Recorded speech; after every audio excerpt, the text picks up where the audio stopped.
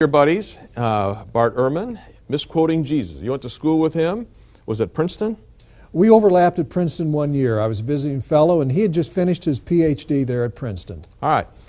He takes another tack. He's got a lot of stuff on the Gnostic Gospels and diversity of Christian groups in the 2nd century and so on, but this is more of his own personal story. He went to Moody Bible Institute, went to Wheaton College, then he went to Princeton, studied under Bruce Metzger. He was an evangelical Christian, and along the way, he started to doubt his own ideas about the Bible. And he says, one of those is the fact is, if you believe in inerrancy, you got to have a perfect script.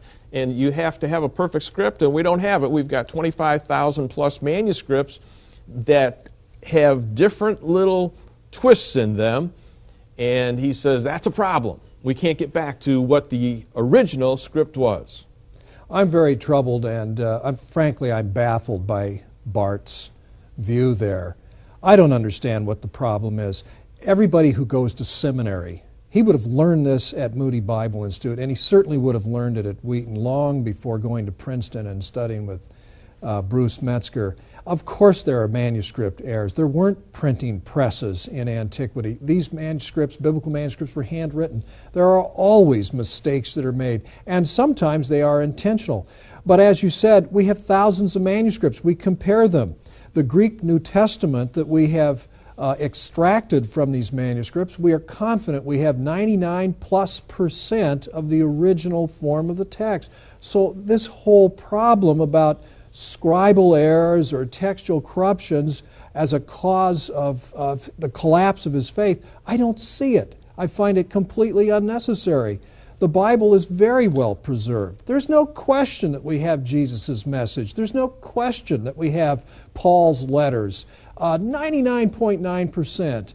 And there is no doctrine of any significance impacted by these scribal errors.